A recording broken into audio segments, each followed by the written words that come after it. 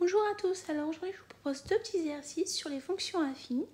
Donc le but de ces deux exercices, c'est de déterminer le taux d'accroissement, d'étudier le signe de ta fonction affine et de déterminer son sens de variation.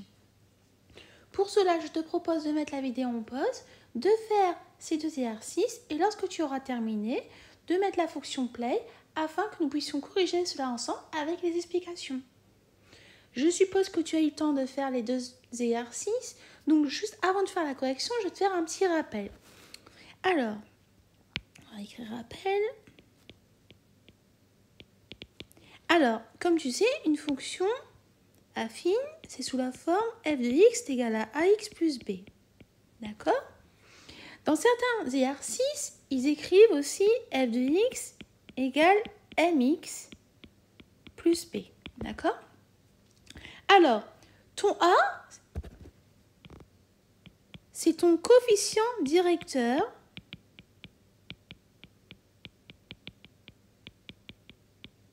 de la droite. D'accord? Et donc, ça veut dire que là aussi, si tu veux, dans un autre énoncé, s'ils utilisent un M, eh bien, c'est la même chose. D'accord? Mais là, maintenant, à partir de maintenant, tu sais aussi que le coefficient directeur, c'est aussi appelé le taux d'accroissement. Donc, on peut l'appeler sous deux formes différentes, mais ça veut dire la même chose. D'accord? Donc, si on te demande de déterminer le taux d'accroissement, eh bien, automatiquement, comme tu l'avais appris en troisième et en second, ça veut juste dire déterminer le coefficient directeur de ta droite. Donc là, ici, de ta fonction. Maintenant, si on te demande d'étudier le signe, bah, comme tu peux l'entendre, le signe, ça veut dire savoir si ton coefficient directeur ou ton taux d'accroissement, ça dépend comment c'est écrit dans l'énoncé, s'il est positif, s'il est négatif ou si c'est nul.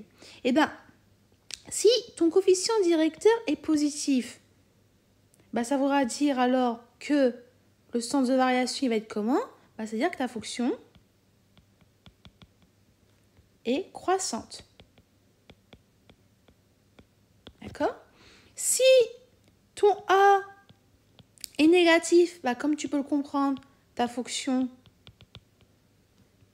est décroissante. Et si A est égal à 0, donc c'est-à-dire ton coefficient directeur ou ton taux d'accroissement, bah, ta fonction est constante. Voilà. Donc là, il faut juste que tu saches ça pour l'instant pour pouvoir résoudre ces deux petits exercices. D'accord?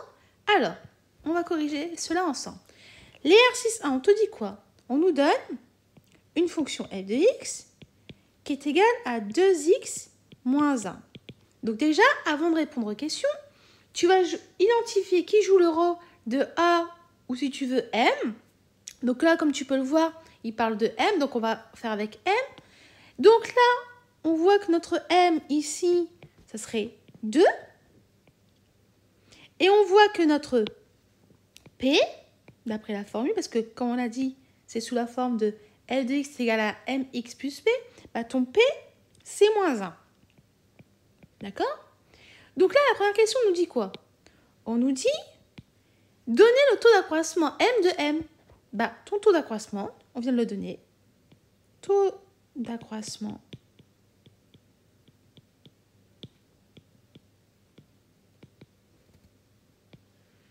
eh bien, m égale 2, parce qu'on a fait par identification. Lorsque tu connais ta formule et que tu arrives à identifier qui joue le rôle de m, qui joue le rôle de p, c'est assez facile pour répondre. D'accord? Maintenant, la deuxième question, on te dit quoi? Quel est le signe du réel m? Bah, on sait que... On sait quoi? Bah, on sait que m est égal à 2. Et 2, c'est positif. Bah voilà. Donc, le signe du réel m, bah, il est positif. Tout simplement. Question 3. En déduire le sens de variation de f. On a dit quoi tout à l'heure? Si notre taux d'accroissement est positif, bah, automatiquement, notre fonction, elle est croissante. Parce qu'on l'a dit ici. Donc, là, on va dire le sens de variation de f est croissante. Voilà. Il fallait juste dire ça. Donc j'espère que là, pour le premier exercice, tu as pu comprendre. Comme tu as pu le comprendre, on a juste appliqué la propriété du cours qui est juste là. D'accord? On a juste appliqué le cours. Ensuite, le deuxième exercice. Là, on nous donne une fonction g. On nous dit que c'est une fonction affine définie sur l'ensemble des réels par la fonction g de x qui est égale à mx plus 8, où m est un réel fixé. On suppose que g est décroissante sur R. Alors, regarde bien l'information importante. Que peut-on en déduire pour le réel m? On sait que la fonction g, elle est décroissante sur R. Donc, si la fonction g est décroissante sur R, ça veut dire quoi? Regarde, on l'a dit tout à l'heure. Ça veut dire que notre A est négatif. Donc, ici, on parle de M. Donc, que peut-on en déduire pour le réel M? On peut en déduire que le réel M est négatif. On sait que G est décroissante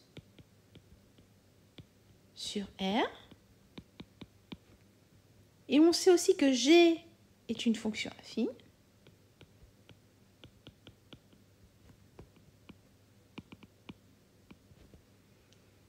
Donc, M est négatif.